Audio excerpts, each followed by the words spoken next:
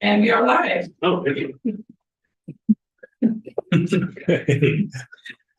Okay, good morning. Welcome to the December 11th meeting of the Riley County Commissioners. Let's stand for the Pledge of Allegiance. Pledge Allegiance to the flag of the United States of America and to the republic for which it stands, one nation, under God, indivisible, with liberty and justice for all.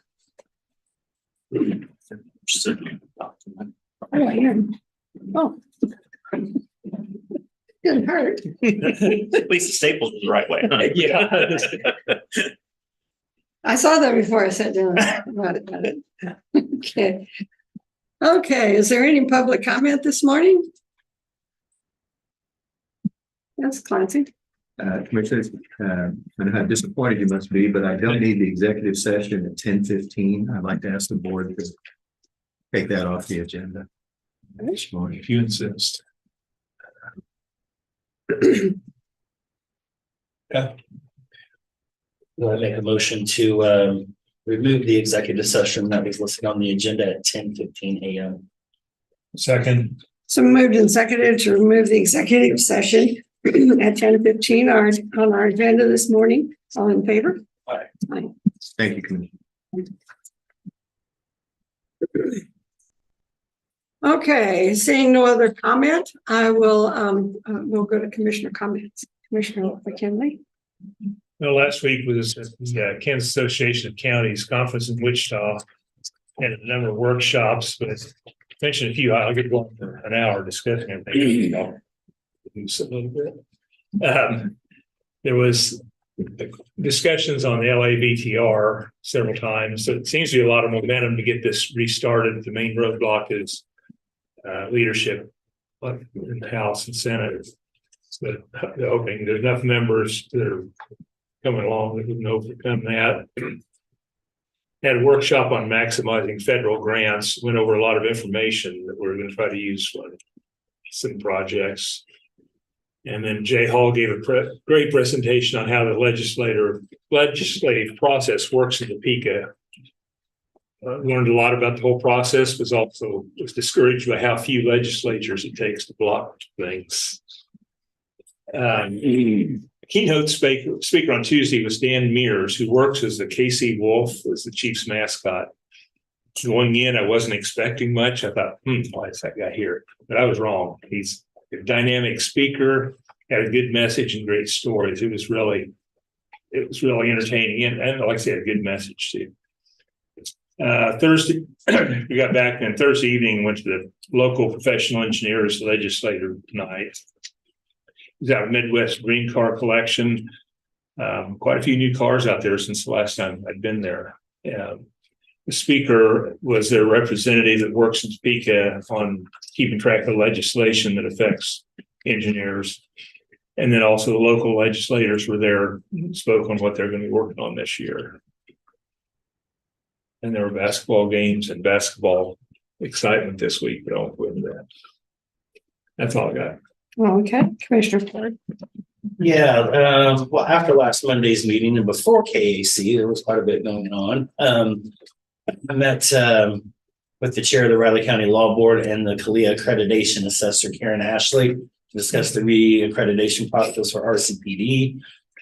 Conversation or dialogue, everything she had to go through went very, very well. Looks like maybe with just a couple of small glitches in the over 400 areas of criteria that RCPD has to maintain there to keep that accreditation, that they're going to be pretty good shape. So I was interested to find out that actually only 2% of all law enforcement agencies across the country get this full accreditation. So it isn't just a statewide thing there. So I should be very proud of what RCPD has done and been able to keep that for nearly 40 years now. So like I said, went very well. Very impressed with everything that's going on. A report should come out later on here in the month towards the end of the year. So we should be finding that out soon. No, is that because I know when I was on the law board, they had just received it. What is it, every 2 years? Every 2 years. Every 2 years. Yeah. Okay. Yeah. It provides different components for each department too, depending on how far you want to go with that. So, Okay. Tuesday, as I was heading to Wichita, I did attend Pawnee's mental health board of directors meeting via Zoom. Didn't have our usual finance committee meeting. We're going to have a longer one in January to deal with all that. Amongst the items of discussion were a chief executive officer's report, an update for the month of November, which included a BHC, I'm still trying to get this right, letter to legislators, a mental health column, and an end of the year board forum handouts. We also got a crisis service and CSU update from Brent Haverkamp, a marketing and development report, and a short report from the Finance Oversight Committee. Some of the other business, let's just kind of get into that time of the year. I just got to get approval for some things, but did approve the 2024 calendar, the review of all the working committees, review of the board conflict and interest and disclosure form, and the board's holiday recognition of Pawnee's staff. Lastly, we also went through the board self-evaluation survey that we did last month and then discussed all the results from that. And pretty interesting conversation there. Of course, Tuesday through Thursday, spent time in Wichita at the Kansas Association of Counties Conference and Exposition. Enjoyed having the event back in Wichita for the first time since 2019. A lot's happened since 2019, obviously. They said it was the largest event ever with over 800 officials. I don't know if they got to that or not, but that's how many had entered, at least they're registered. Over 130 exhibits, which I was told was an event record as well.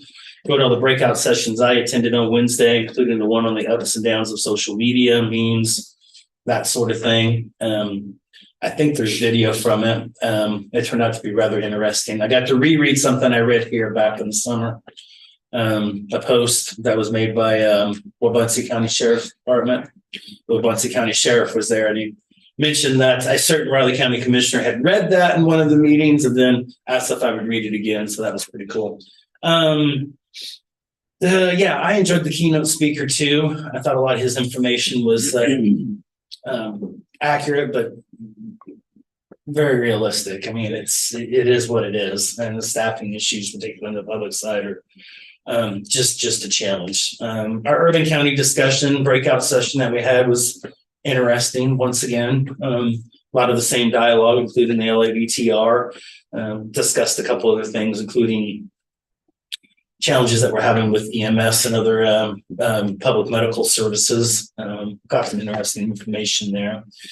Was also good to see a few Raleigh County businesses in attendance at the expo there as well. Trying to remember if they'd been there before. I think they had, so that's $20 to the gentleman in the second row. And just wanted to mention that it's extremely valuable to have that opportunity to network with other county officials. Had the opportunity while I was there too to meet the new mayor-elect of the city of Wichita. She was there, I think, doing an interview or something, and so she spoke and met with a couple of us while we were there as well. And hopped back in the truck and boom, headed back home. Thursday afternoon, when I did get back home, had a meeting of the crisis intervention team, got an update from Lieutenant Asher on the recent accreditation meeting from their perspective, as well as how CIT works into that as well. We're working on setting some goals for 2024, which includes adding a dispatch section to CIT, working on raising public awareness and community outreach on local CIT efforts, discussing how we can incorporate first responders and EMS into that equation. Something I will discuss with the gentleman in the second row once again at a later time, and helping with Pot County and JCPD on their co-responder programs that they're working on developing. We're also working on the 2024 CIT training class sometime in the summer. No specific date or time has been set yet, and we're working on the appropriate courses for that and presenters for the event. We'll meet again early in February, and that'll probably be our main topic of discussion.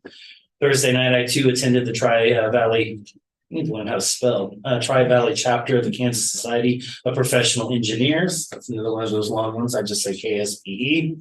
That was their legislative dinner and discussion at the Midwest Car Museum. Always enjoyed this event. I think it's my fourth year I've attended. We enjoyed an update on what they're working on during the legislative session this year and what they're going to be working on for 2024. And as Commissioner McKinley mentioned, we heard from area legislators and local elected officials. Dinner was from the farmhouse. Can never go wrong there. So that was good too. And then Friday afternoon, I had lunch at Bourbon and Baker with Reed Petty, who's the district director for Congressman Tracy Mann, and Tyler Mason, military relations director for Senator Marshall. Spent some time discussing some legislative challenges. Talked a lot about funding for infrastructural projects. Don't expect probably anything really to break free until probably at the federal level until probably March-ish. If they can get through all those challenges. We'll just discuss some other basic things, just catching up as well here towards the end of the year. Weekend just kind of, relax a little bit, watch football yesterday. That was depressing. And watch the basketball too. That was not depressing. That was actually pretty good. So yeah, and that's all I got. Okay. Well, let's see, last Tuesday, I came to the office and did some work on over evaluations for department heads and other business items. Met with Amanda and Shelley on the grant possibilities and application process for the Keats wastewater project. There are several upcoming options for funding, and they're working with the consultant on applications. Option contract for the land purchase is complete, has been sent to the property owner. We just heard from them this morning that they met with their attorney and we're going to get together with them. Or the attorneys are going to get together. Oh, Then Wednesday, I went to the KAC conference in Wichita and attended the keynote address on the current job market conditions and how government entities are competing with private industries. It didn't look too grim. It looked like we were holding our own as far as public entities go. Then I attended that breakout session on the infrastructure grants available through the state and national governments for projects. Mainly, they have like 4 categories, which water is one of them, and I've got broadband and a couple others. And there's just a whole lot of information there that, was just pretty overwhelming. But apparently the applications need to be made with both state and national programs, and then Kansas approves them, and the national won't do anything till Kansas approves the application. So that was kind of interesting for me, because I haven't gotten into it a whole lot in the past. But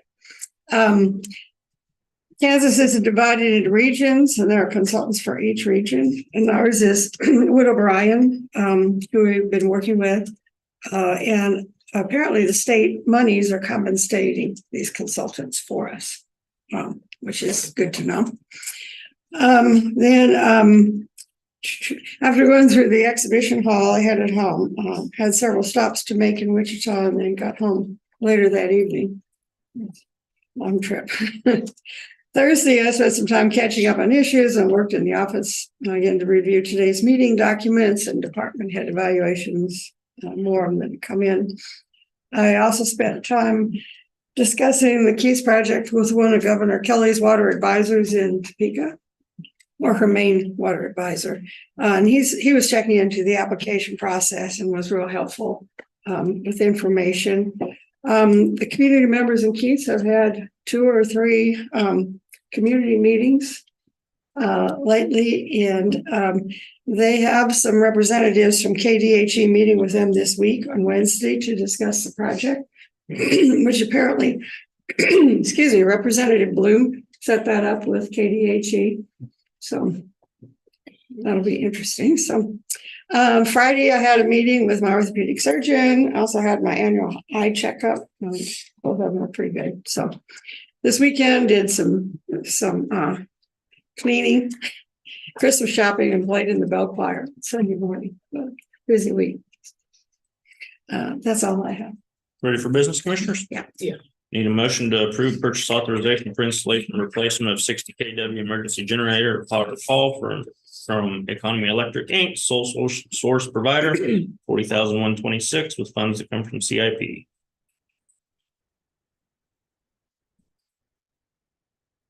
This is one we discussed last week. Yeah. Okay. Go ahead and make a motion to approve the addition to amend project 16-16 EM 002. Second. It's been moved and seconded to approve the addition of $126 to amend the project at Waterfall. All in favor? Aye. Aye. Chair, please sign.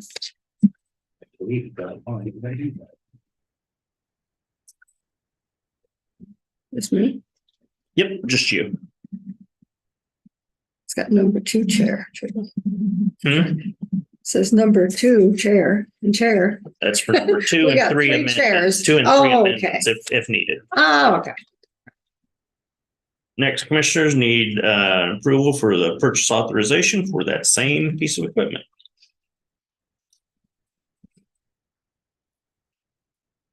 Go ahead, move to approve the purchase and installation of emergency generator at Pottroff Hall from Economy Electric as the sole source provider for the amount of $40,126 with funds to come from CIP. Second. It's been moved and seconded to approve the purchase and installation of the emergency shelter generator at Potter Hall from Economy Electric as a sole provider in the amount of $40,126 with funds coming from the CIP. All in favor? Aye. Aye. Yep, this one, all 3 sign, please.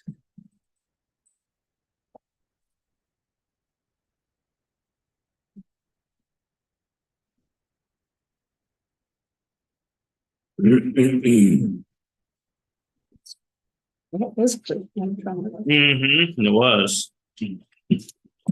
That it was.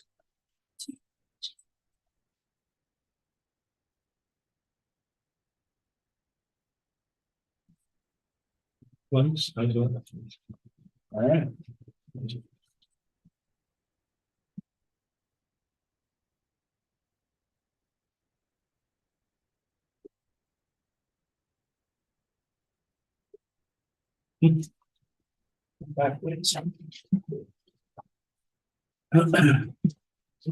Next, commissioners have the tax roll corrections. The motion for approval.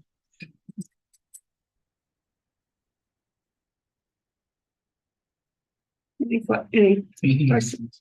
Go ahead and make a motion to approve the tax roll corrections as listed. A second. It's been moved and seconded to approve the tax roll corrections as provided. All in favor? Aye. Aye. Chair, please sign. 2 of them.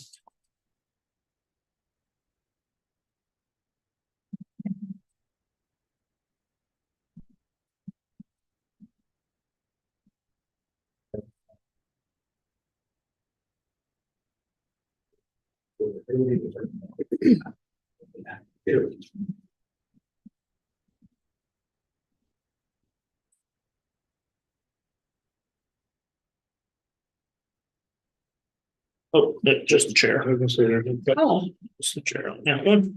Oh. Okay. And commissioners, I have a late edition from Friday. It's just due to the end of the year, trying to get it done. It's the lease renewal for the RCPD substation in Aggieville.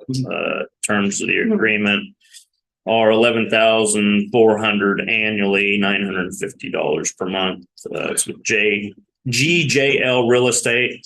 This guy, he's Quinn Riffle. He's done the community a great service. He hardly ever raises the rent and sees it as a community service.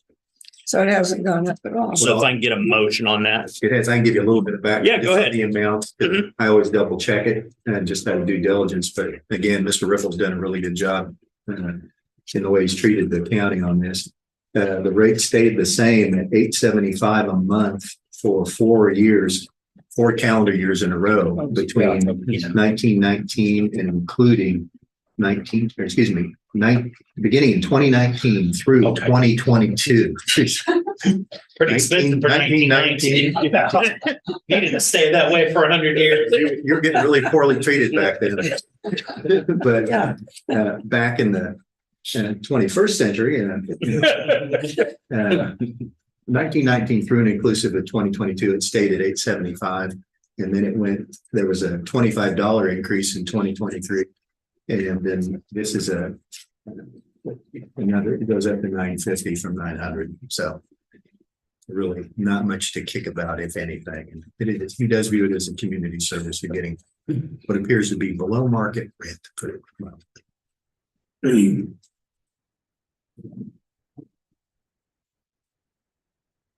You need to take a look at this.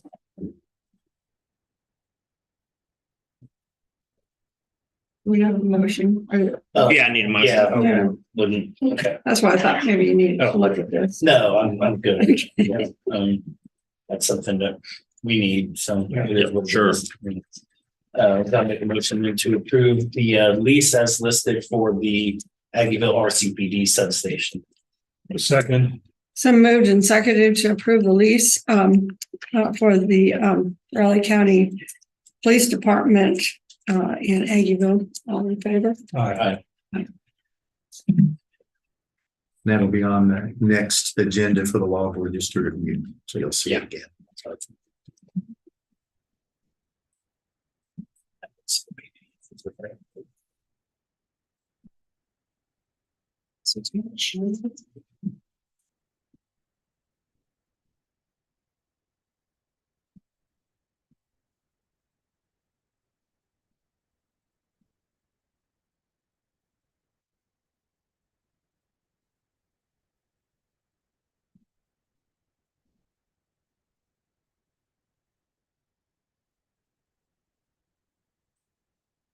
You.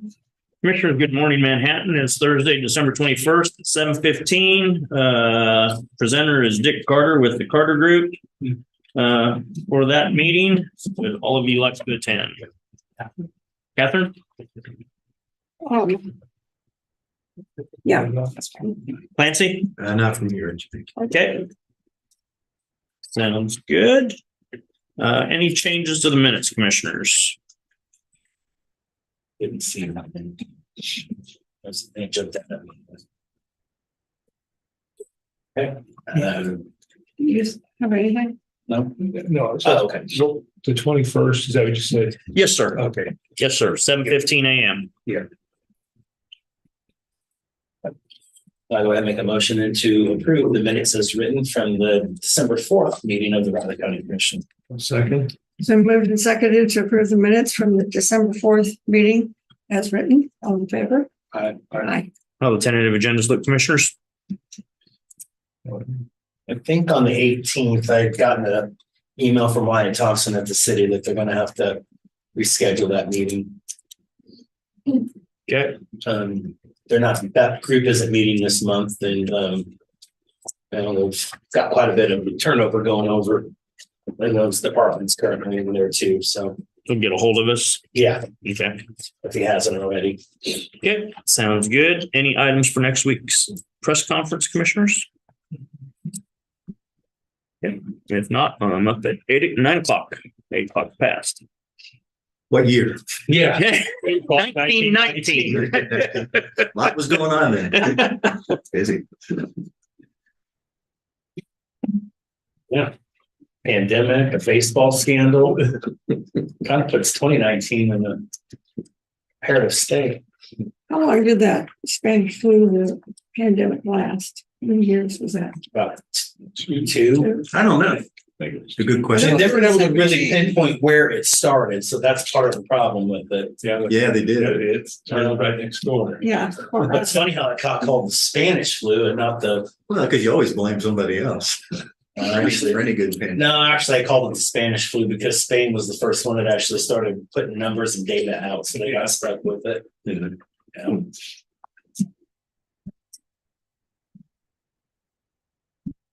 I tend to think it was there over in Eastern Europe as World War One was finishing up. They just didn't know.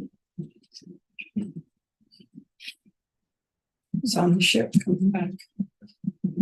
Well, it was all trench warfare, so Oh, yeah. everybody's, The French Yeah. feeling. yeah.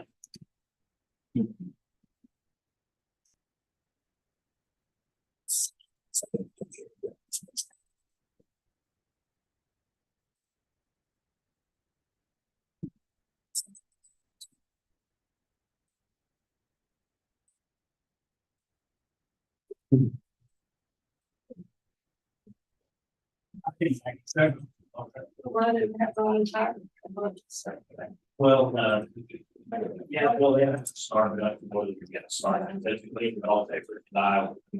Yeah. So I don't have like I was set on the Thursday, it was fine, but or Wednesday, but now it's hot.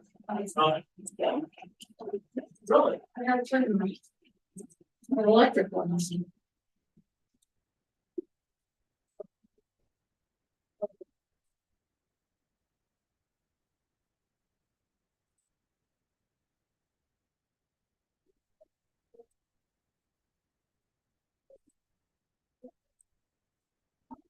Yeah, I like this. Looks like these, I think these are on.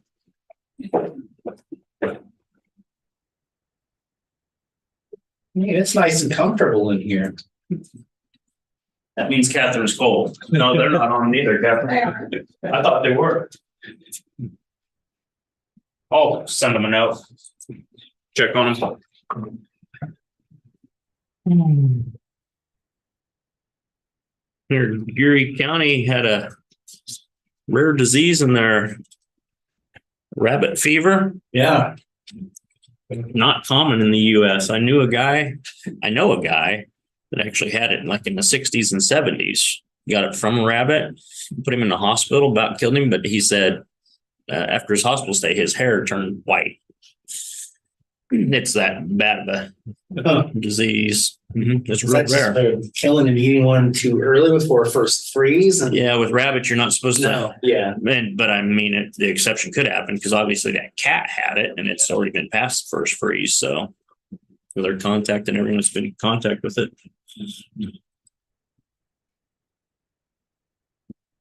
Thought it was interesting how they said it's rare for the US and we're kind of in the center of the US. So Yeah. maybe it's not so rare. Yeah. Nice. Jumped out into the middle. Maybe that explains the rabbit chasing the carrot around that you see up on the university sometimes. Yeah. I was interested what that story was going to be about when I heard a rare disease was happening, and I heard this morning what it was. I was like, huh, hadn't heard of that for a long time.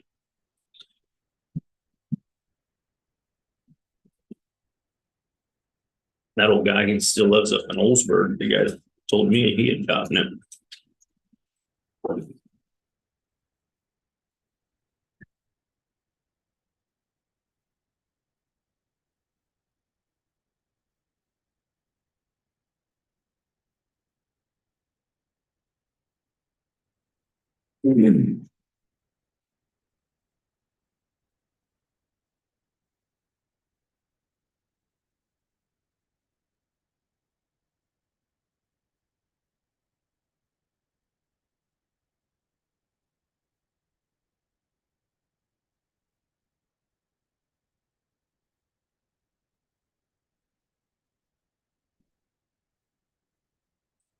Yeah, they usually have these boilers on by now. So I don't know why the boilers aren't on. I'm not complaining. It's nice and comfortable in here. Not an oven. Well, it's weight and it's age. And I've always called. So She just called me. I did. Age for And old. No, you're young. That's what it There's is. a nice headline. More blood. Like Yeah. Anything, Hendrick? I've been here for a week and it starts. It's not like. Sorry about myself. Gotta be here all day till 2:30 too.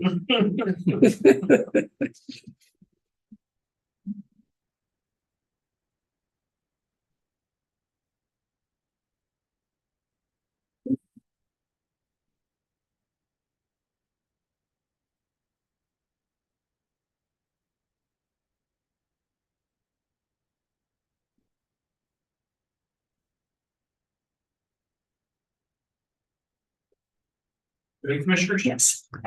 Morning, Commissioners. First report here is 2023 year-to-date wages, overtime compared to budget report. You can see in the upper right-hand corner, we're highlighted in the gray and blue color there. We're at 91.6% point time of the year. That's what we use as the gauge to determine how departments are doing departmentally on their respective aspects of their budget. You can see those highlighted in the red of those that have exceeded that portion of their personnel budget that are above that. Of course, always like to point out emergency EMS ambulance, it's at 37.56%. Of course, the overwhelming majority of that, commissioners, is budgeted and anticipated because of their 365 days a year, 24/7 service that they have to provide. That has, while that is high, that has been reduced significantly. We have worked closely with them on adjusting how they schedule staff and all of that to get that as reasonable as possible. And so it's something we're always very conscious about.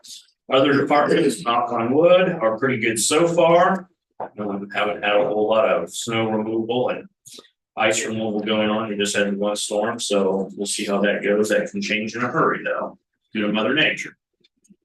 Overall, on the overtime, we're at 4.83%. Commissioners have any questions on those? We've got a couple of them that are already over 100% though. Grants impacts a lot of it. Health department, Emergency management too. separation of service. You know, that's all. Yeah, That was going to be you know, large for a while. emergency management. I'd have to check on that. I'm not aware of it. Rich, they also have a grant funded position. Okay, which position was that? Baldwin. Yes. Okay. So yeah, those of Yeah. course weren't anticipated, so that's why they exceeded it. Okay, But that makes but sense. the health department, it's got separate to the grant funds from them, but it's the general fund, they're already over. And remember a couple of weeks ago, it was broken down by quarters, and one quarter was way high. Did we ever figure? Yeah, what did we, Elizabeth, what did we attribute that one quarter, that difference? That quarter was a typo. That's changed in this one. I went back and looked at it and I had added an extra, I don't know, a number. I can't remember, it was a 0 or whatever, but it was, the number itself was wrong. Operator error. Well, it looked, because compared to the other, it looked I like remember something was that. off, and I just wanted to make sure that was. Yeah, what Greg's right about that. That quarter was off, yeah. That's what I call loosen up behind the keyboard. Oh. Hey,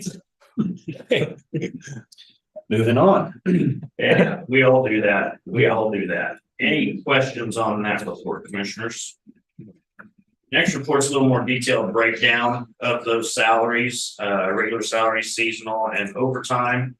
Get an idea of where those are being spent. If you'd like any more detail, when you review these, commissioners, let us know and we can get you more detail as well for all these respective departmental budgets. Any questions on those pages, commissioners? Next page, next set of reports is 2023 year-to-date budget activity. Once again, those highlighted in the blue are those that are in excess of that 91.7 that we just used as a barometer. Corner, of course, that's always a hard one to guess. So no one ever knows. It's fair, should be within the 100% by the end of the year. The majority of their expenses, if not all, are already spent. Budget appropriations as well, insurance as well. General fund transfers, we just transferred more than we anticipated through the budget. Commissioners are aware of those, so no concerns in any budget on here that would be in excess of what was budgeted in the department is not a budget violation. It's just that the entire general fund in a whole would be over. Always like to point out the 2 lines down from the widest blue section, county general, just at a 40.01%. That's due to that large budget stabilization amount that we have in there. So that is typical that percentage is so low. Any questions on that first page, commissioners? Next page, next section of that report, those highlighted in blue, community corrections and solid waste. So are those 2 that we have on the budget amendment? Yeah, those are listed for budget amendments later on this month, commissioners. Any questions on those?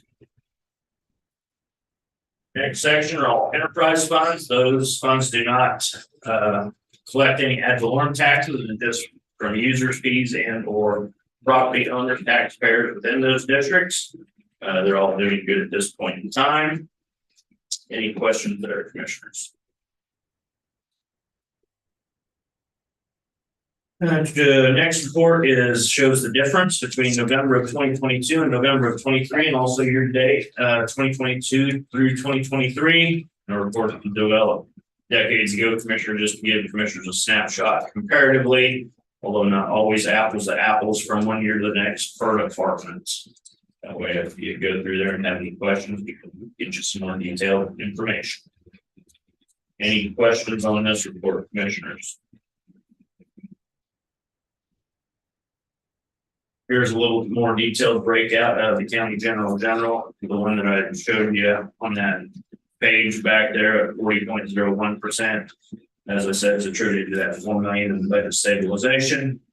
There you can see also on that first line, the personnel, that's that separation service where we've exceeded what we had budgeted. But once again, that's not all employees always tell us when they're anticipating leaving. And so we always make our best guesstimate on that budget line item. Elizabeth's report, monthly reports do show you how many eligible employees we have for retirement currently and how many coming up. And there's a large group, and sometimes they meet with us and let us know ahead of time, but sometimes they don't. Any questions on that page, commissioners? Next report is RCPD expenses paid by Riley County. It's a good report to see the various medically related for the inmates, also building maintenance for the year. I like this next report a little better. It kind of shows you comparatively where we sit compared to previous years. We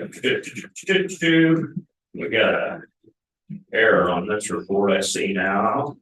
No, guess not. The total. As you can see, I wish it was an error. The position is high. Inmate medical, and of course that's directly attributed to average daily population as well.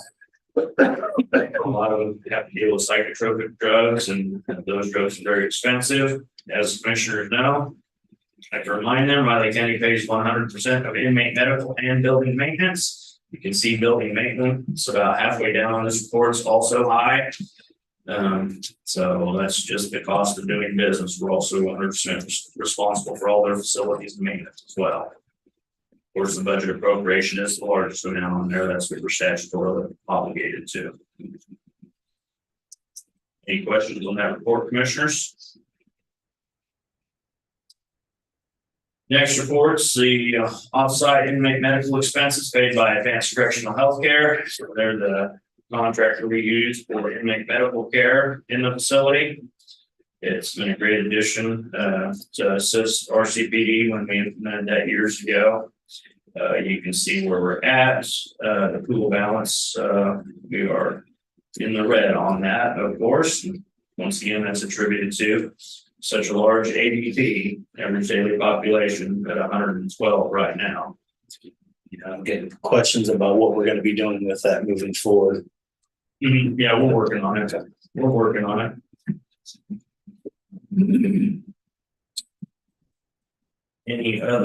Any questions on this page, commissioners? Questions, but a lot of concern. A lot of concern, no questions. Yeah, especially this one here, you know, there's this thing for statutorily obligated to that we have no control of what those costs are going to be, and we do our best guesstimate at the time. And so, as you know, this will most likely go up this advanced correctional health here because RCPD wouldn't like at least another half-time nurse. You know, they believe right now they could use a full-time, but the gentleman that's managing that for them right now takes a very common sense approach and is also very fiscally minded to the taxpayers. And so that's something we'll be meeting on with him and Advanced Correctional Healthcare to see how we can help resolve some of those issues. Rich, Significant. would getting a part-time nurse, would that cut down on physician expenses? Now, physician are things that, you know, the nurses can't handle. Can't do. They went If a PA would be better. $400,000 or something total to like $800,000. It doubled in cost. Yeah. And that was with another Right. full-time. Correct. That was with another full-time. Now, they're, what they want that person for is to cover the hours of the current full-time nurses. Once again, they're 365, 24/7, inmates need assistance. And so that's just to allow more hours available for a nurse to be there on staff to distribute, prescriptions, drugs, to check on someone if they're sick. So that's really what it's for. Yeah. Because years ago, RCPD did not have anyone like that. It was officers that were taking the medical card around and distributing. And actually, we're very lucky. We're at the small end of a facility that these third parties would even consider. We went out for an RFP on that and we got this one group was the only one that would even entertain it for a group our size, ain't as small as we are. Because they generally like the bigger populations. But it's been good. RCPD has greatly appreciated this service. I know that. So yeah, it's just Catherine there to cover those hours for the full time. But the full-time. And even a half time, wouldn't solve all of it, but they think it'd be more manageable. But will not be inexpensive. And these are all services. They aren't individual physicians or nurses. It's a service that they provide to us. Excuse me? Is that like a service that we contract with? Yeah, that's a service or a contractor that they hire the nurses. They hire the nurses. They're their nurses. employees. They're not Riley County's or RCPD's employees. Yeah. The one you've got right now, knock on wood, is very good. It takes not all nurses, as you can imagine, want to serve in that environment. So that's one of the difficulties. The one right now, RCPD really likes that individual. It seems to work well with the inmates, and it's really a good scenario. So that's also another thing that's difficult to find because it's not always the easiest population to serve, as you can imagine. So yeah, we will be working on that. Matter of fact, just before we left, I think on Monday, we got an email about it. I said, well, Clancy and I are out this week and then we'll get on it this week. Yep. Something we've been working on for a little while. Any other questions, commissioners? Okay, Catherine will be up here at 9:15. Thank you.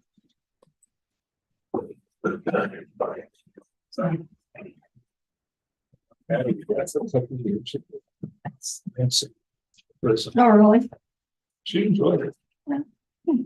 Said most of them were pretty good, June sort of last year, maybe not, Yeah. Is it one, of course, that's a big one, so when they get to the nurse station, that means they got up. Yeah, so. And if they didn't act up, They're okay. they didn't get back, they didn't get them, so they would all try to be nice. Try to be nice. Yeah, so Go see the nurse. it takes more time Yeah. to get out and do something else. Yeah, Lansing, pretty tough, obviously. Yeah, it's, well, although they built a new one, it should be better. I was the old this. Because I've did some projects in there and it was a mess. They've been added on so many times. It was a maze. Just a You maze. don't want, With I that said, prison. I worked with, I was in several, different prisons up there. And that one was always scariest to me because you never, the others, like, I knew where things were. That one, they'd wind down, they'd added to go down here and go down some stairs and over here. It's a beautiful student. Yeah, it was. We lost back in. Yeah. Oh. The easiest one there, but the easiest one was the Army. It's an Army barracks. The maximum security was in a separate building, but the medium security, they were all there and they were all still in the Army. Civilian walked by, they had to stop and hands to the side, took it back to the wall. From the Oh, really? the hall.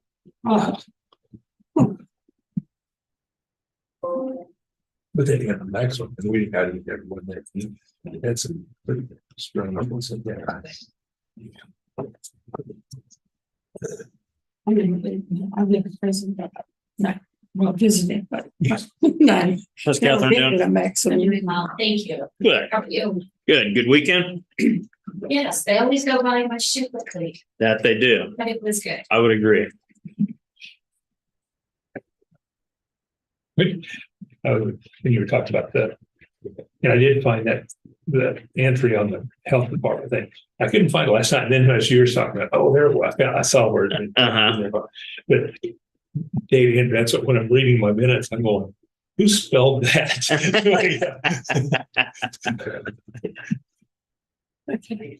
Morning, Kylo. Good morning, Commissioners.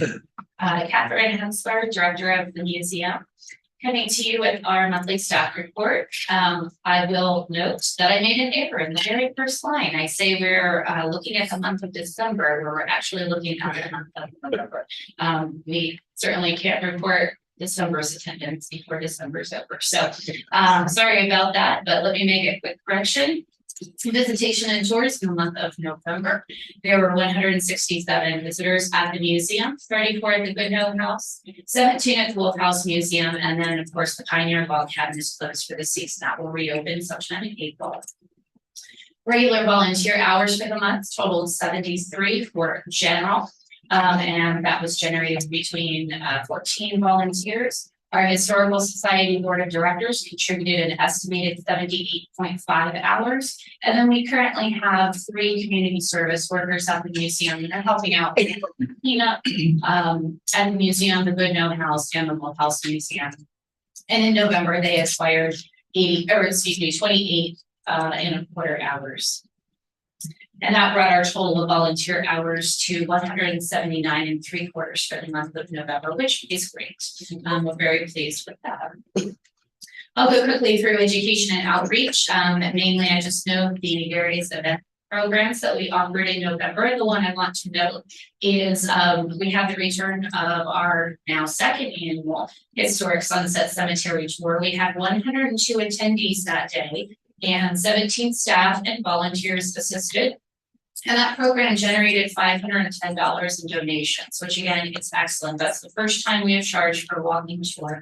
And I should even say charge. We requested and asked for a donation, and everyone was very generous. And so that money, of course, will be donated to the Historical Society.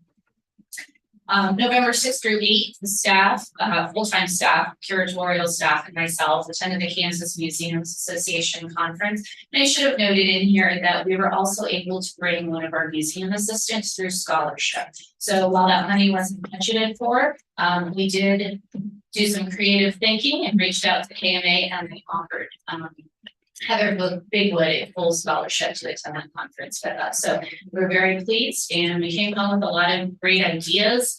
Now we just need to figure out how to put those into action. November 14th, we had our monthly fireside chat. This was about the Juanito Honor Flight with Sean Horning and Suzanne Sprinkle. 38 guests attended. This program is something that we started last May, and we feel it was very successful. It's offered on a monthly basis, always free and open to the public. Excuse me, and Flight Crew Coffee has been our partner through this, and they offer us the space. We will be taking a break over December, and we'll start the program back up in early 2024. And then I'll just note very briefly, our monthly Keenan in Focus interview took place on November 20th, and we talked about the Marlette House and the new historic marker that we installed over the summer. Bouncing over to collections, in the month of November, 6 donations of objects came in. Again, just a reminder that 6 donations means 6 donors.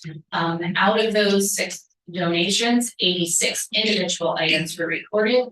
Curator Munger was able to process 15 backlog collections, which totaled 73 individual objects.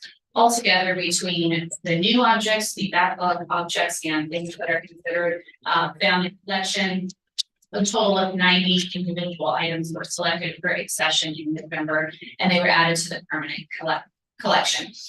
Curator Munger also worked on her annual evaluation this past month. In Archives and Library, Curator Glasgow managed 5 new incoming patron requests for the public and 2 from internal sources. Those can be, when we consider internal, it's one of our staff members. It might be another county employee, someone within the county umbrella. would be considered in trial. There are also 3 appointments made to use the research library and 2 walk-in patrons. And then Curator Glasgow continues to follow up on outstanding requests submitted previously. She also took an online training course this past month to become more proficient in Passport, which is an elections management software used by the museum that we use to record all of our collections.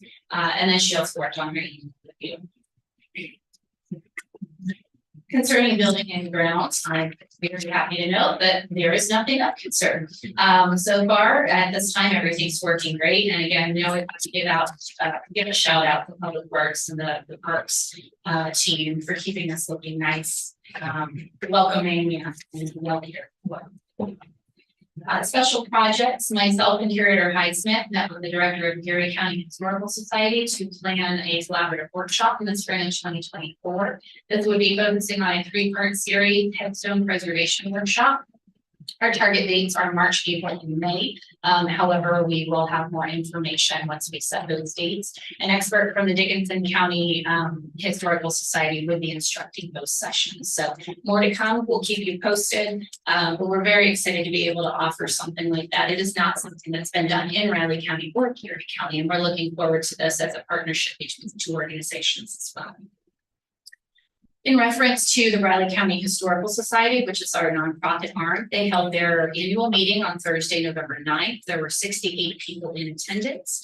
The membership voted on the 2024 slate of directors, and then we had a very nice presentation by David Say, who is the owner of the Regulator Time Company, and he spoke about the preservation of the county clock tower. So that was very interesting. We got to see an inside look of the clock tower without actually having to climb up the stairs. And he did a great job too, because he also brought video along, so we could see some of the function of the clock, which was just really great.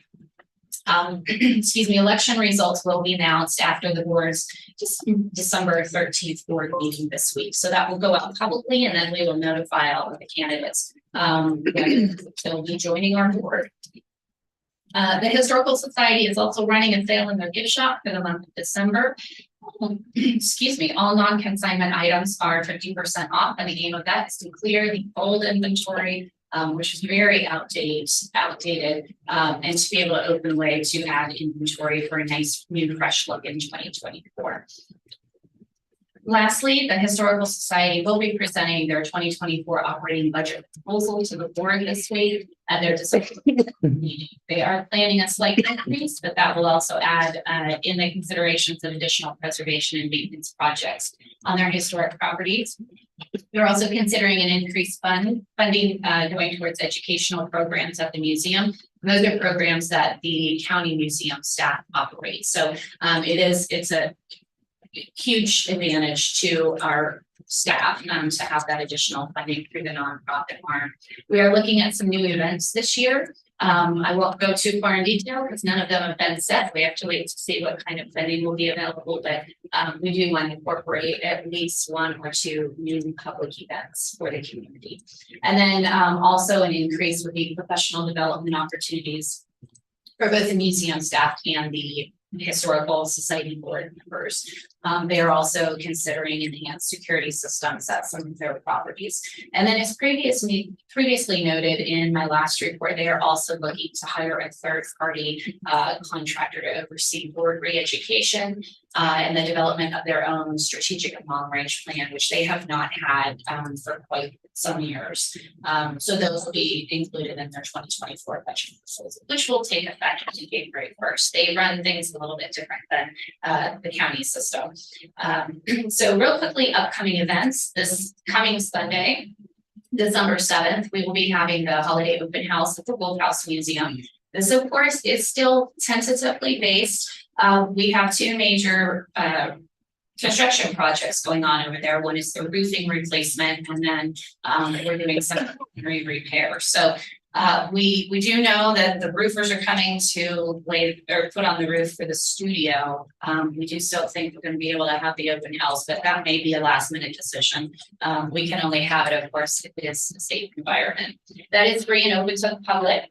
And then, of course, we've got our holiday closures listed on this sheet. And January the 20th, we will be opening a new exhibit of the Wolf House Museum. This will be the first time in quite a few years that there's been an actual new exhibit at the Wolf House. And this is going to be titled Forget Me Not: Funerals in Victorian Era Riley County.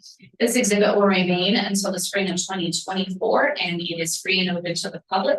At that museum, they're open Saturdays and Sundays 2 to 5 every weekend, and as always, free and open to the public. And then lastly, January 28th, the museum will be hosting their Kansas Day celebration. It will be an open house, and that will be 2 to 5 as well at the county museum. That is free and open to the public. And that concludes my report. I guess I should add, we do have 2 ongoing campaigns with the society, the annual membership campaign and their end of year fundraising deal. So that concludes my report. Commissioners, do you have any questions? Okay, thank you very much. Next, Commissioner, you have a press conference at 9:30 with Shiloh.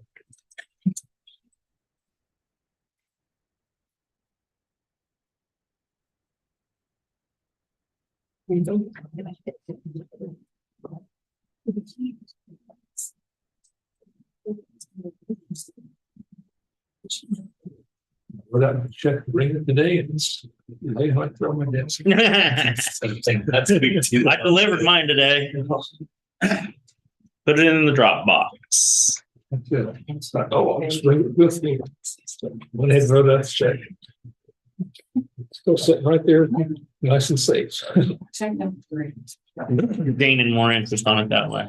Hmm? You're gaining more interest Oh, on yeah, it that way. yeah. You gain, yeah, because they pay such high interest. Yes.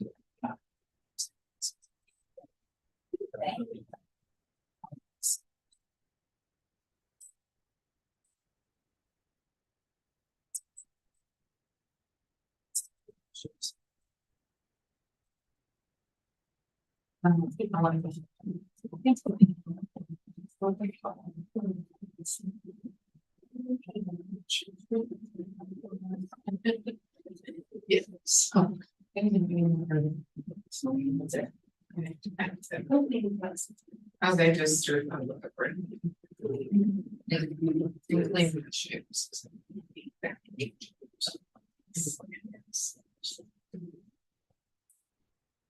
I got that. They asked, you know.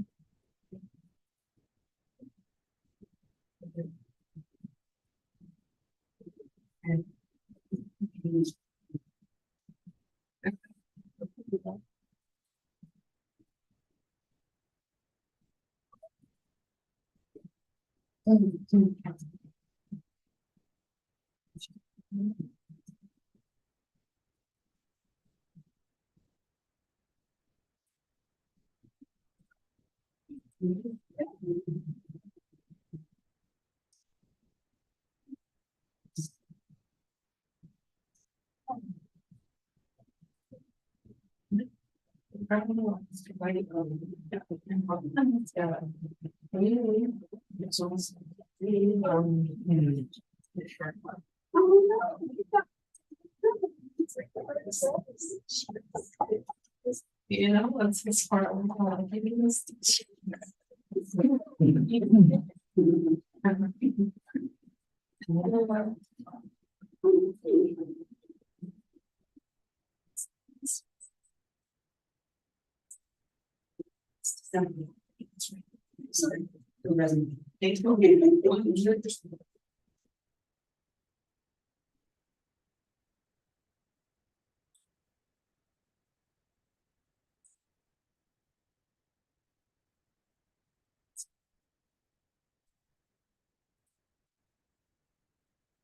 Who plays tonight? The Giants and the Miami. Did you see the score? What was it Minnesota? Vegas? 3-0. 3-0. About that. They kicked the field goal with like 2 minutes. Within the last 2 minutes, Yeah. they said was the only score in the game. Wow. I've not been impressed with the offense in the NFL this year. It's just been boring.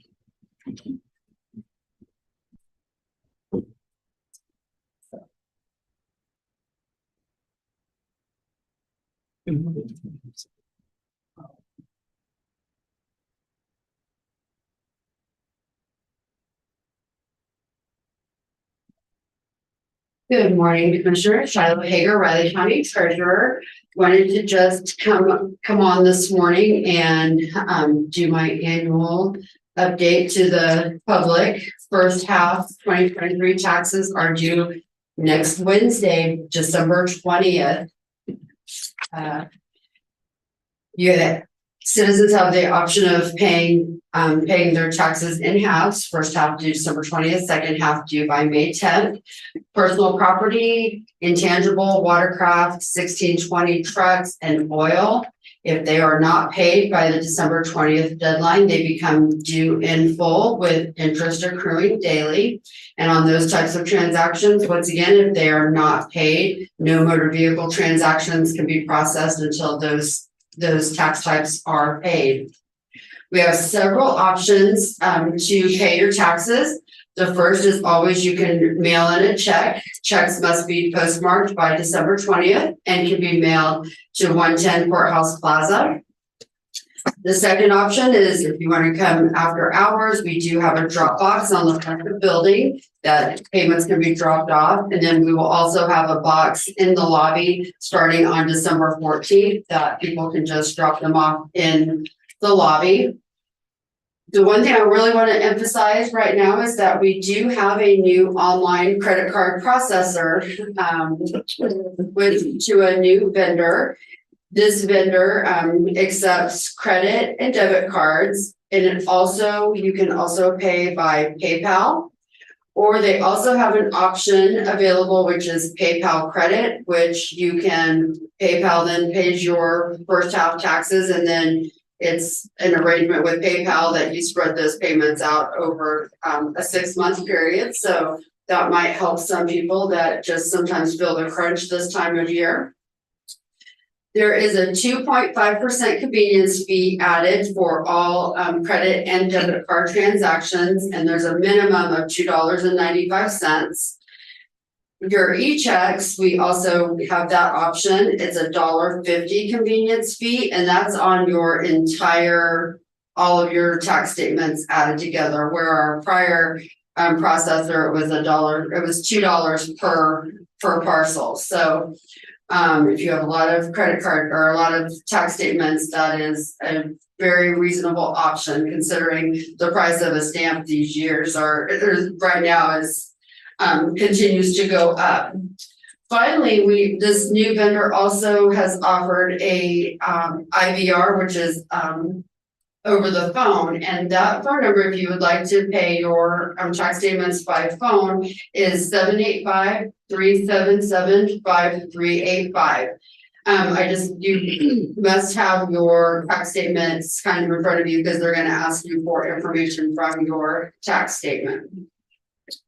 And finally, you can always come into the office between the hours of 8 to 5 and pay your taxes in the office. We do have an appointment where you can make an appointment to come in to take care of that business, but walk-ins are always welcome. Just want to go over what the delinquent interest rates are for 2024. For real estate taxes, it's 11%. Or 15% if the outstanding taxpayer owes more than $10,000. For personal property, it is 6% or 10% if it's more than $10,000. We do offer our own in-house escrow program to help assist taxpayers for getting those taxes spread out over the year. And we're always willing to work with taxpayers on partial payments or some other types of payment options. Doesn't eliminate any interest, but we do offer, we'd like to help as much as we can. If anybody has any questions or if they haven't received a tax statement yet, please call our office at 785-537-6321 and we'll be happy to assist you. Any questions? Kind of along with the credit card processor, they did provide us with all new card readers for our over-the-counter processing as well. And that allows us to take Apple Pay, Google Pay, we have the tap option now, the chip option, and all of those were provided to us by the vendor free of charge. So we're upgrading those payment options a little bit. So. All right. Thank you, Sean. Oh, I'm always Sam, but it didn't mean that. Okay. All right, thank you. Have a good day, everybody. Just think Time about for what Julie. Taxes. Good motion. Yeah, make a motion that you recess as the Board of County Commission and reconvene as the Board of County Health. Second. I moved and seconded that we recess as the Board of County Commissioners and reconvene as the Board of County Health. All in favor? Aye. Aye. Good morning, Julie Gibbs with the Health Department. I'm here to ask approval to extend a medical clerk position. This person was hired on during the pandemic with COVID supplemental funds. We definitely needed a third clerk during the pandemic for our vaccine clinics. But we definitely needed her throughout this last semester, throughout the fall, with our busy time with flu season and COVID season. Also with our walk-in clinic that we started a couple of years ago now, we're getting more traffic. With more people coming in for walk-ins. So we decided to evaluate this fall to determine if we would like to keep this medical clerk on. And due to Jacob's evaluation, it's been determined that we'd like to keep her on. We do have some supplemental funds, the AIP supplemental funds that have been extended through June of 2024. There's enough money in that fund to be able to extend this position through June of 2024. So these are some of the reasons why we'd like to keep this person on. I mentioned the walk-in appointments leading to high traffic. We also have our clinic supervisor. He's been absorbing more of the clinic coordinator position. We did have a clinic coordinator in there for a little bit, but now he's absorbing some of those duties again. So while he is available sometimes to help out at the front when needed, he's not always available to help out. So we definitely need that third clerk there. We also have some unpredictability with our two full-time clerks with their schedules right now due to some family issues. And then our clinic supervisor is moving more data entry tasks to the clerks instead of the nurses so that they can spend more time with their patients. And again, that's due to high traffic with our walk-ins coming in, especially during outreach events and during our flu season and COVID season. So if possible, we'd like to keep our third clerk on through June of 2024. So what happens after June 2024? Yeah.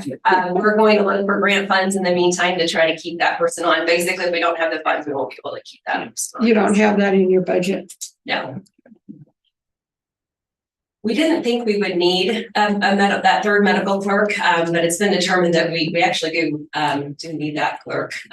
We've spent years with just two clerks, but since we started the walk-in clinics, we've seen traffic increase. So we would like to keep a clerk on.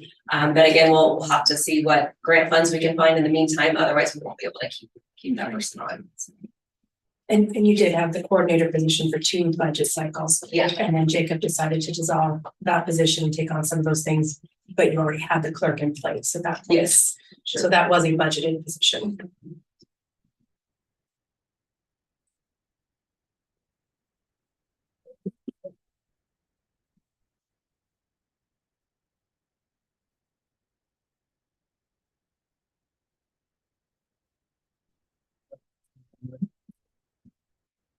Go ahead and then make a motion to approve extending the temporary medical clerk position through June of 2024. Second. So moved and seconded to approve extending the temporary medical clerk position through June of 2024. All in favor? All right. Aye. Thank you. Thanks, Julie. I'll resign, please.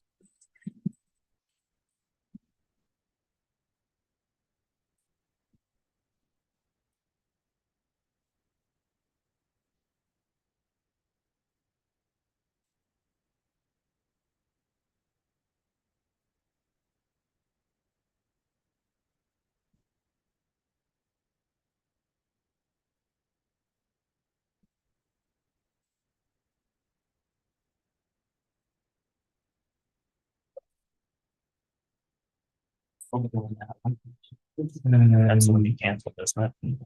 No, yeah, that's the one that's canceled. Okay. This is the one. Okay. I'm sorry. Make a motion that we recess as the Board of County Health and reconvene as the Board of County Commissioners. Second. So moved and seconded to recess as the Board of Health and reconvene as the Board of County Commissioners. All in favor? Aye.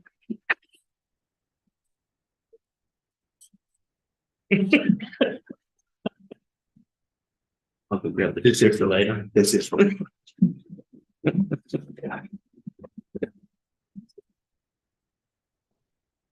Oh, I'm sorry, I thought Clancy had some things to do before the executive session. Well, it's listed, it's always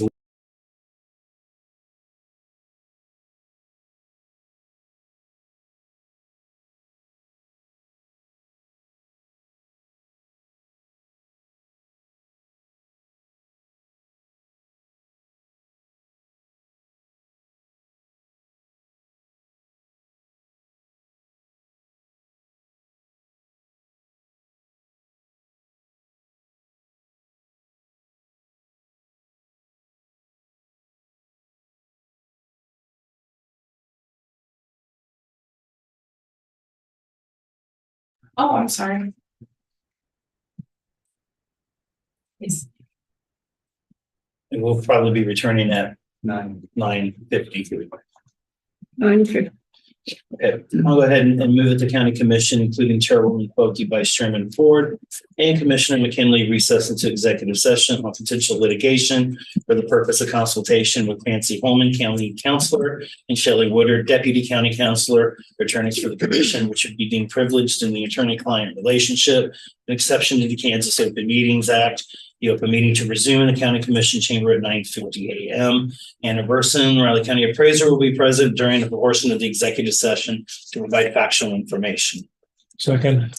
So moved and seconded for the Board of County Commissioners to recess into executive session until 9:50 a.m. All in favor? Aye. Thank you.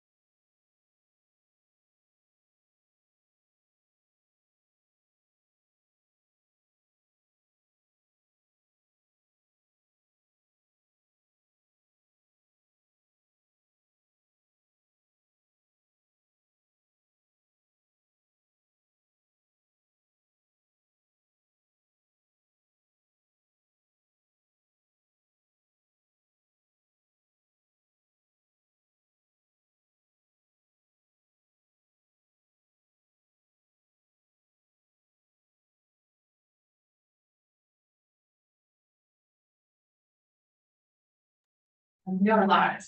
Okay. That the Board of County Commissioners come out of executive session. Second. It's been moved and seconded, that the board come out of executive session. All in favor? Aye. Also move the record reflect, no binding action was taken during the executive session. Second. It's been moved and seconded that no binding action was taken during the executive session. All in favor? Aye. Aye. Thank you, Commissioners.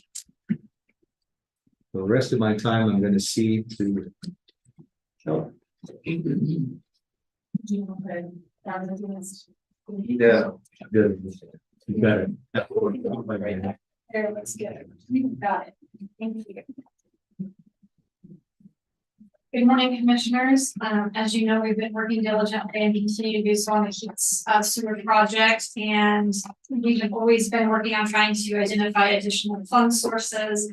And you had been briefed recently on the new grants from the Kansas Water Office.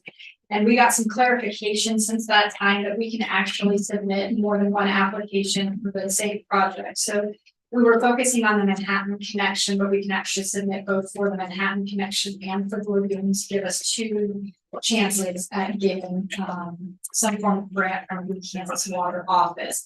And we also learned that some of the documentation that we thought we needed was actually not as complex. They weren't looking for like a full environmental assessment. They were looking more for something a little bit different that we can actually get together. And so that kind of excited us because it, like I said, it just opened up the opportunity to apply it for the lagoon project as well. And then now we have two applications for that program. We just wanted to get your permission to move forward with that and go on those tracks at the same time. We'll continue to pursue the USDA funding on the lagoon project as well. Those aren't mutually exclusive. That was the other thing that we were able to ascertain is that we can actually continue to do that. So if you have any questions, I'm happy to answer whatever I can.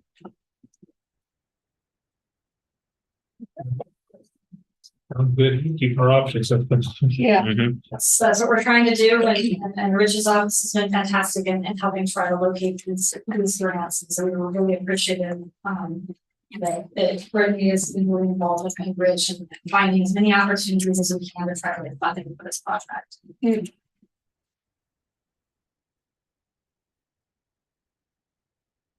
Okay. I'll go ahead and move that the board approves submitting a grant application to the Kansas Water Office for both the non-discharging,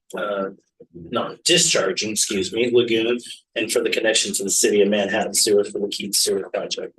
I'll second.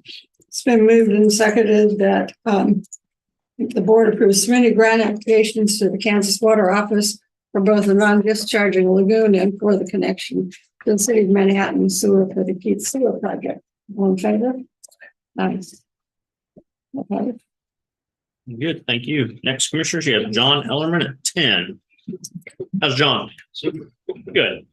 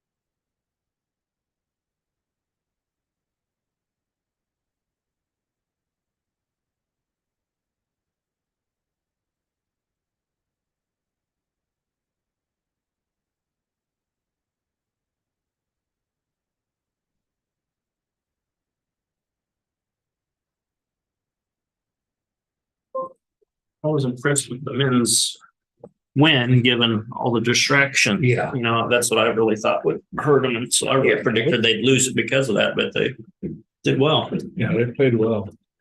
No, they tried to almost give it away at the end there. Yeah, and then they woke back up. Yeah. I couldn't believe Cam Carter, playing back in front of, they said he had 15 or 20 family and this high school coach and everybody else was there. That it got him by my kids when they were in high school, because grandparents were out there. If grandparents have to come to a game, it was their worst game. They stressed out. Really? They did the opposite. Too uptight. It stressed them. They were so intent on doing something that they messed up. Trying too hard. Yeah. It was, some of the worst games were always if grandparents came to watch it. It's stress them separately. Wow.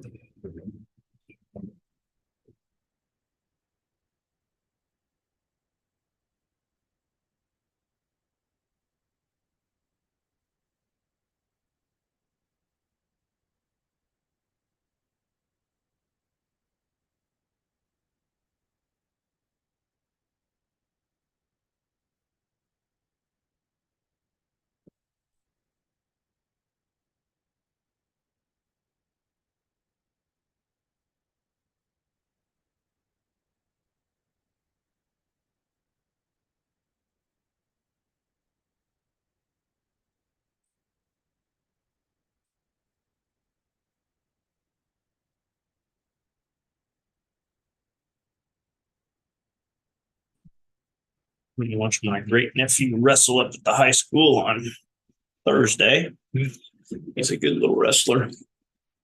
Really good.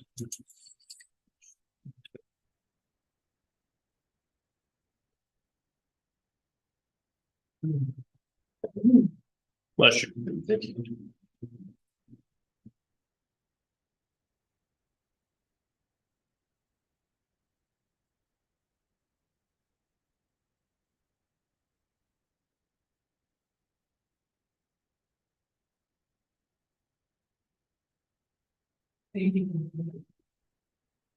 Gotta wait for Carson to grow up before I get to go to basketball games and stuff again.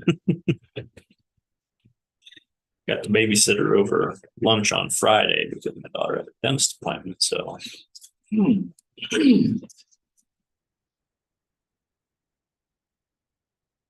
How's yours doing? Getting better? Yes, slowly. Yeah, that day she had RSV, the hospital said, and then the next day went to the doctor with a double ear infection. That's what you said. Poor kid. Getting on the mend though. One that's gonna get sick on the doctor. The daycare is pretty. Yeah, the daycares are this time of year, sure. I call them all little germ carriers. My wife always talked about kindergartners with germ back brace. Sound like you got a frog. It's going around, everybody shares it, does it? I know. Can't get rid of it all at the same time. Yeah, everyone's got something. I've had something over the weekend too, allergies or something. I don't know. This half of a cold for comes and goes for Man, a couple of weeks and nights. my wife's got it now. It feels like it's about done, and the next day I look up, wake up. Can't breathe. Knock on wood, I'm doing okay. It just really yesterday. I'm always been fighting it since last Thursday. My daughter go back from here to Virginia, got COVID on the plane. A lot of that going People around. coughing and carrying on, and then she didn't realize that she got a vaccination that day, and then all of a sudden it got terrible. I guess it gets much worse. My mom already did have that. it. She got the vaccination a couple days before she got it. She got it. Yeah, and I got it. She really got sick because of the vaccination. Everybody's different. Yeah. So, yeah, I'll wear a mask on plane.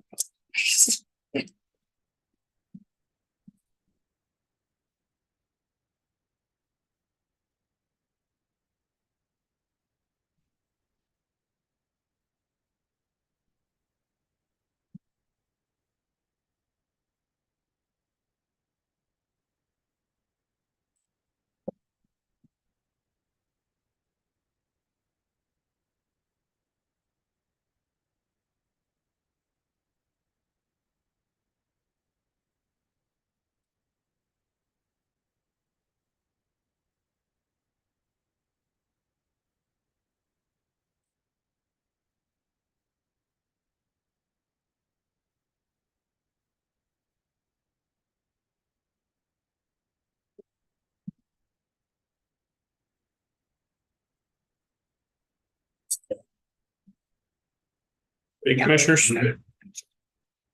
Good morning, John Ellerman, Public Works, with my monthly update. First one up here, Fancy Creek Bridge, got started last week.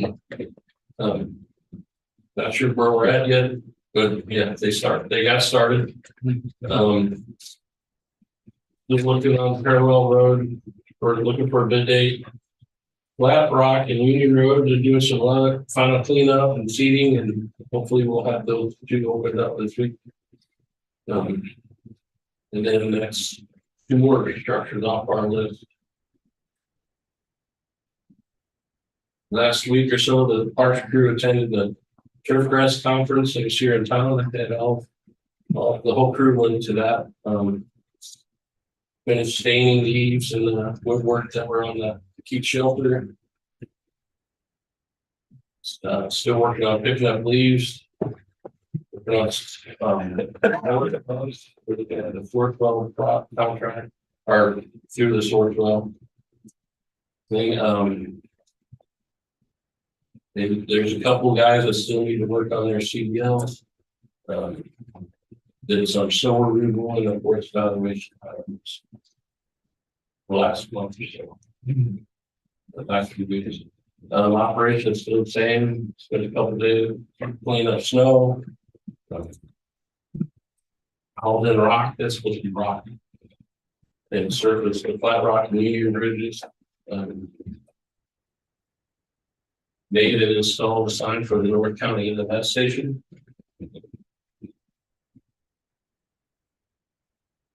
They had some supervisor training for the crew supervisors. Just some small structure repairs and inspections. And gravel grading and rock and taking the creek. Looking at the start date for the RCPD, we did the Homestead Road a few months ago. Waiting on Weed Creek, we had that kind of scheduled. Rain kind of pushed that off a little bit, and hopefully we can get back in there here the next week or so.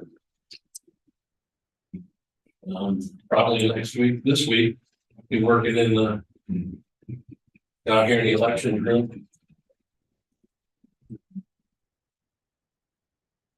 Let's see, other projects, open positions. Emergency agent, an operator too, we had it filled, and before he came to work, he said he didn't want it. So not sure what happened there. I got a good idea. I got a good idea. And we saw the traffic control aid, we talked about that the other day when we approved that to refill that position. Twice that happened, positions recently. Yeah, we've had a few of those for what they will pass a drug test or things like that. So I'm just kidding. There's a lot with that problem. Yeah, I know. Just it's unbelievable. we've scheduled a public hearing for the KDHE state revolving loan fund for the 14th this Thursday at 10:50. We had Tara kind of go back out and drill a few more holes in different locations. And we haven't yet got that report from them yet.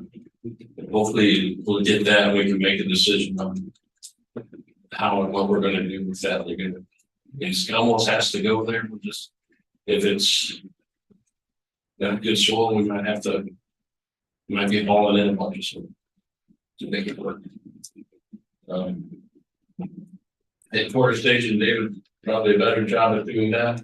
Plans have been complete.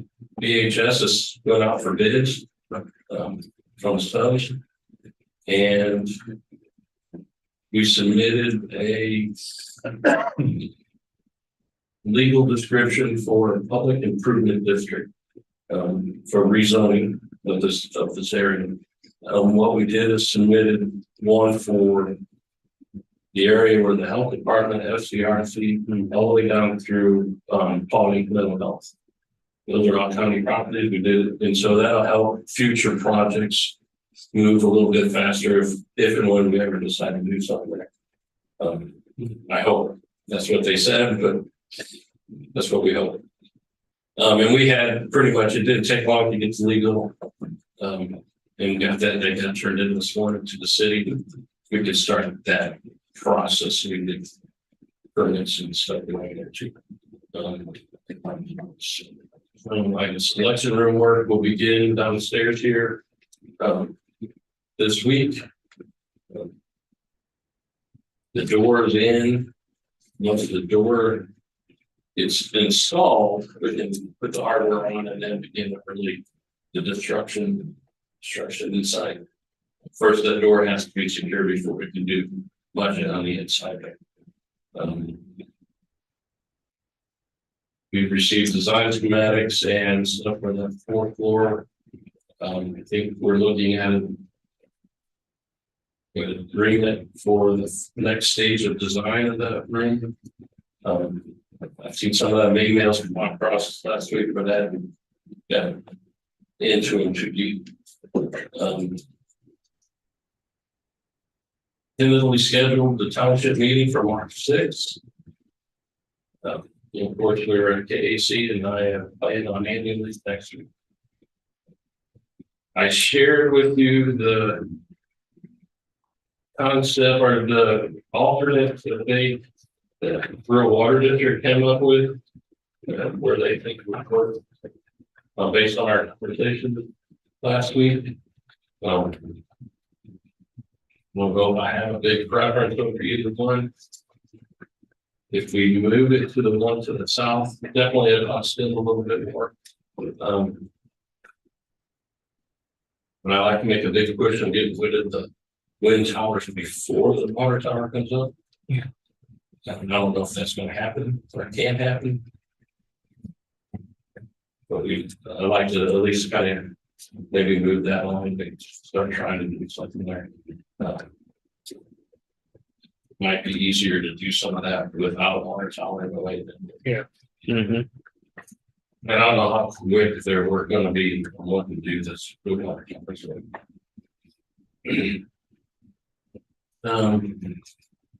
I did discuss with them, Russell asked see if they would consider a fire hydrant, at least run close to the public works shop. It might help reduce some of our insurance costs with a fire hydrant as compared to the standpipe. I don't know how much you're going to consider that, but and then a maybe possible release space or a space for an antenna on the water tower if and when the county may ever need one. And I asked this morning a question about lease agreement if they know what their intentions were with compensation for the lease. So we'll see what that comes up with as we begin or start talking about doing this. That's pretty much all I had. If you don't have any questions for me.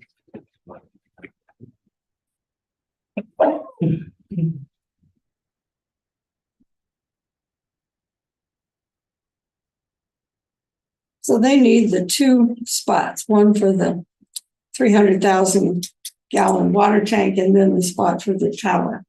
Is that what I'm saying on this? Just one. So there's 3 spots on there. Those are 3 different locations where they feel comfortable putting the water tower.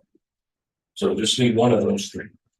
One of those, okay, so the tank would go where the water tower is. Basically where the red dot is. Okay. All right, so this, okay.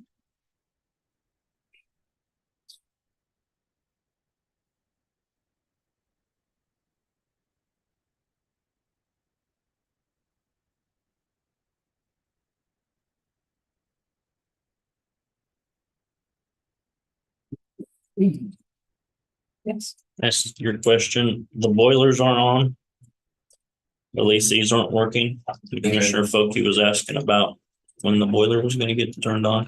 Yeah, it was on last week and it's not on. If it was on, it probably never got turned on. Yeah, I don't think it's been on. Well, maybe it was just one last week. So He's not here, so I'll go. I had the note and I thought, oh, he's here. He's the boiler man. Yeah, I don't know. I can find out, but I don't know anything. Somebody has to know something. Well, do we have to approve No. one of these sites or what? No, You're just not yet. working. I think this is for consideration yet. If you have a preference right now where you think you would like to see it go. I worry about the south one is not just the windmills, but just having no clue how that property is gonna get used. Mhm. I hate to. I think further closest to the highway would Yeah. be the better off we are. I don't. Personally, I don't have a preference. I'd like to see it maybe on the highway. Then nothing else, but I don't know that it's good taking up that truck parking location either, the idea would be to push the parking back to the south some more. which does the same thing, kind of takes up some more of your useful space. If we were to use it as fairgrounds or other, that parking lot may be going away anyway. Which one? The truck parking? That would be a real hardship on the community. The commissioners put that in place to discourage everyone from parking at Seco, remember, in the big parking lot there, all the truck drivers in town always park the truck overnight there. And so the county specifically built that to alleviate that. And then that's also a bus pickup spot for kids. So But it's You've got probably, I would say, 30 daily users. Right. And then a couple other times a week that you could have up to 6 or 7 at least. I see it's never more than half full. Yeah, absolutely. not half full, but when those rigs got to park, they need a lot of space. Turn those things around. It's not just pulling right in there like a car. That's true. So just things to think about, but there's a specific reason why the county put that in there. Where is it? Is that the one right here? Right there, that part. This part there, okay.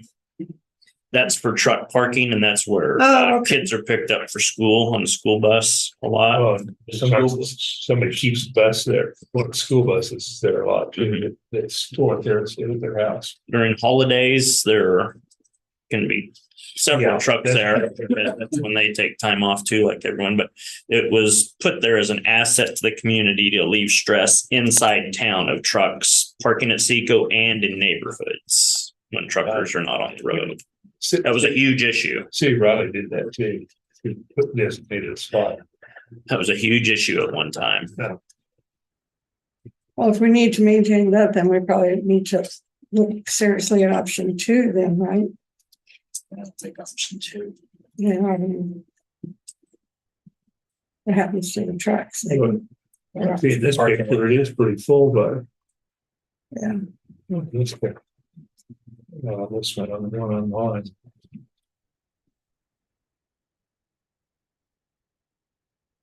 No, we don't have to decide. No, just things to consider though, like John said, there's a reason that parking lot's there.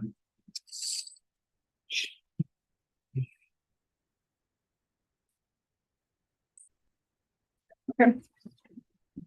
Thanks, John. Thank you. Thank you. Commissioners, you are done until 1 o'clock. I believe, let's see, correct? And nothing else.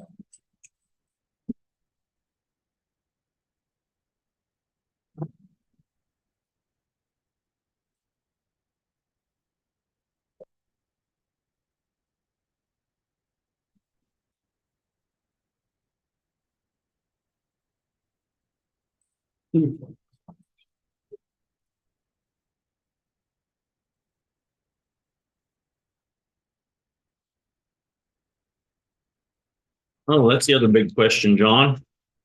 Who's gonna cook our steak? You can't get a lot for $20. Township officers meeting, Greg McClure is the steak cooker. Oh, yeah, that's great. Yeah, is he gonna be gone by then? That should be the number one concern. Oh. I'm not sure, is he gone then by then, or? I think so. I think so as well. I think in January, I think. He's leaving. Yeah. Retiring. Oh, okay.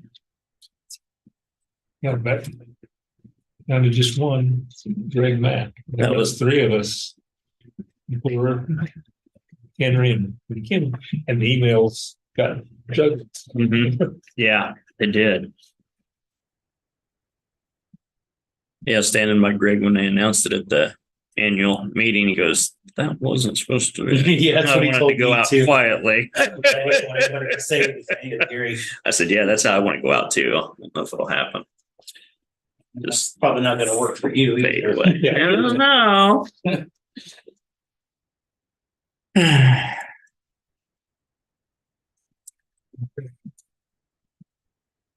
Could we recess until 1 or? Yeah, you're on recess until 1. Okay. Uh-huh. Yep.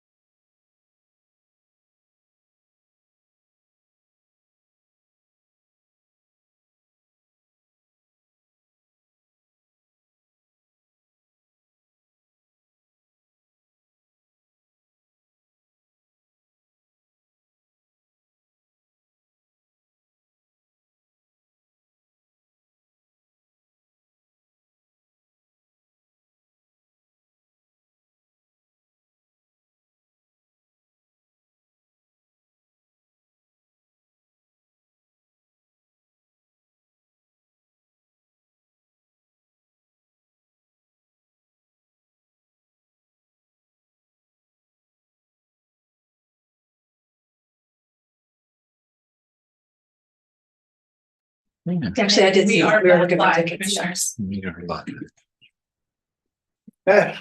Here we go. Okay, time to go. I move the county commission, including Chairwoman Foki, Vice Chairman Ford, and Commissioner McKinley with Elizabeth Ward, Human Resource Director. Recess into executive session on the performance matter of non-elected personnel, an exception to the Kansas Open Meetings Act for the purpose of a department head evaluation of Corey Meyer, IT GIS Director, and to protect the privacy of the employee. The open meeting to resume in the county commission chamber at 1:20 PM. Second. It's moved and seconded to recess into executive session until 1:20. All in favor?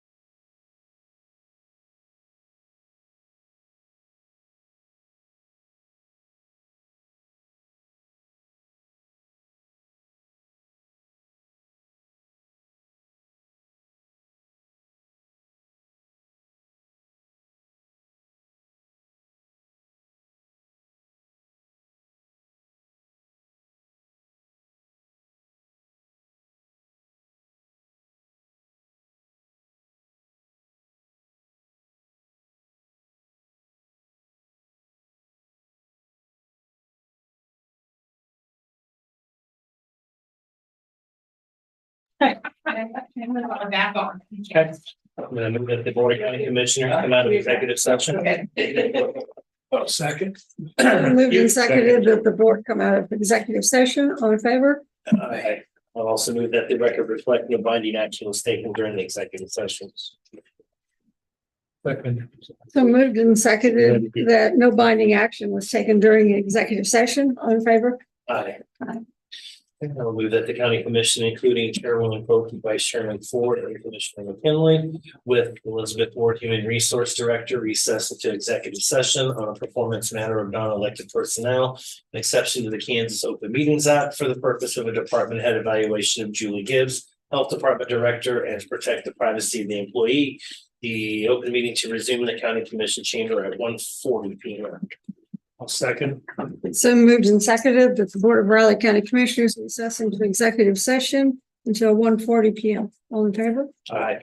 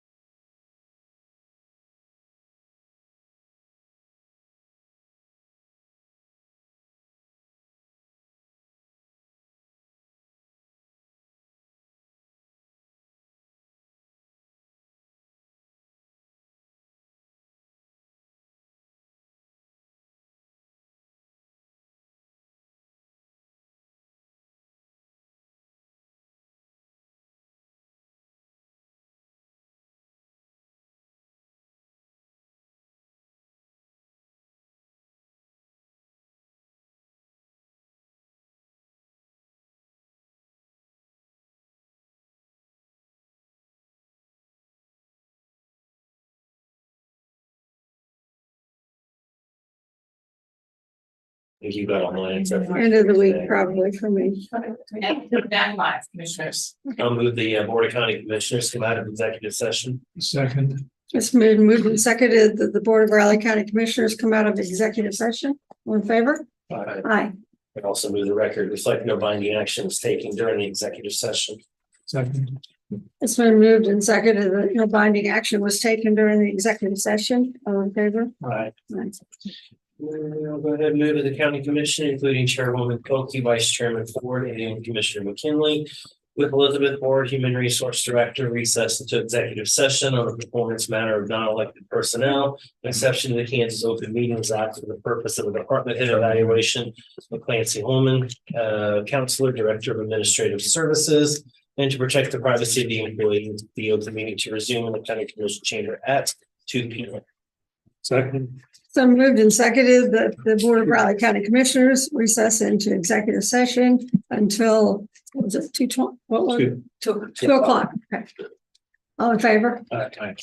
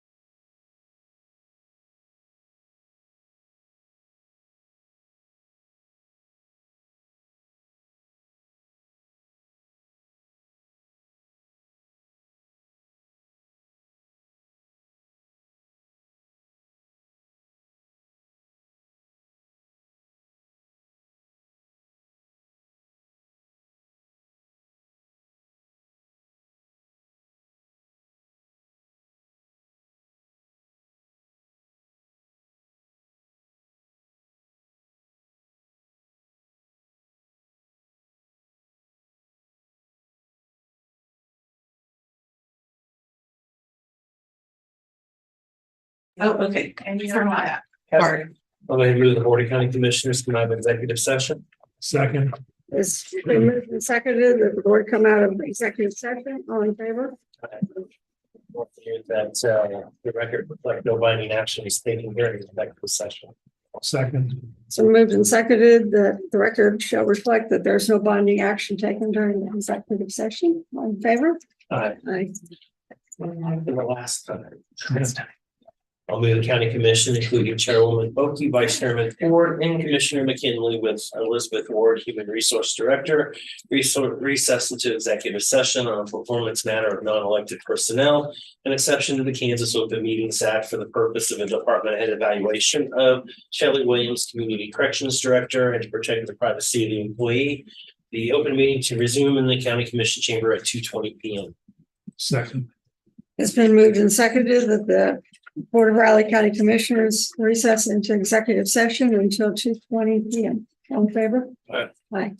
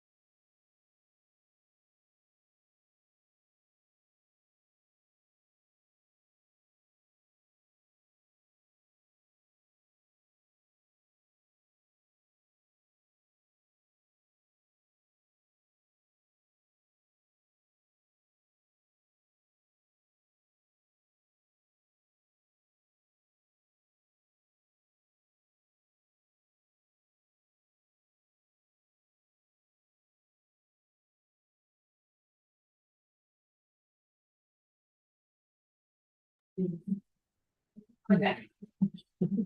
Okay, I'll move that the Board of County Commissioners come out of executive session. Second. So moved and seconded that the Board of Raleigh County Commissioners come out of executive session. All in favor? Aye. Aye.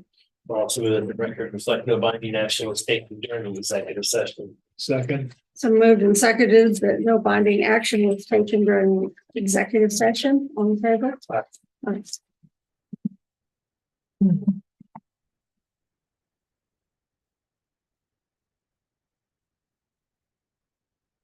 Okay, anything else? Actually, I can't do the meetings. I started making a list of things I've got. I had another KAC thing to talk about. Yep, the one thing that I think, and I know we're trying to rewrite the policy manual, we're trying to shorten it up, but we need to lengthen it up. We need to have the policy manual saying if Christmas is on Saturday, do this. If it's on That's Sunday- what we're saying. That's what you're saying too. That's what we're saying. Every year, well, this year's an exception to the rules because we're doing. That's But what it happens every 6 or 7 years. I know, and it's Yeah. every year I've been here, this is different, this year's Does that different. sound exactly like what I told you? Okay. That's what I've told her. If every year's different, then we need to set up, And you come for the exception it'll every be a- time, so just adopt that. I it'll mean, be a whole page, but you gotta have, if it's on Every year. Saturday, it's this, if it's on Sunday, it's this, and just write them all. Well, they tried to do Instead of that Waiting before. for us to wait 2 weeks ahead of time, they can plan it that year, Yeah, we can be off every year. One. I can make that trip to Phoenix to see my If it's, and it's kids or also whatever. the weekend problem. Yeah. You know, if it's well, on not Saturday. necessarily even during the week. To in me, the middle of this- the week, to then me, it's a the bigger simplest problem. thing, because everything it's come back to under every scenario, whether we just would have gotten one day like it was this year, because traditionally we always get half day on Christmas Eve. Every time we come and ask for 2 full days is the bottom line.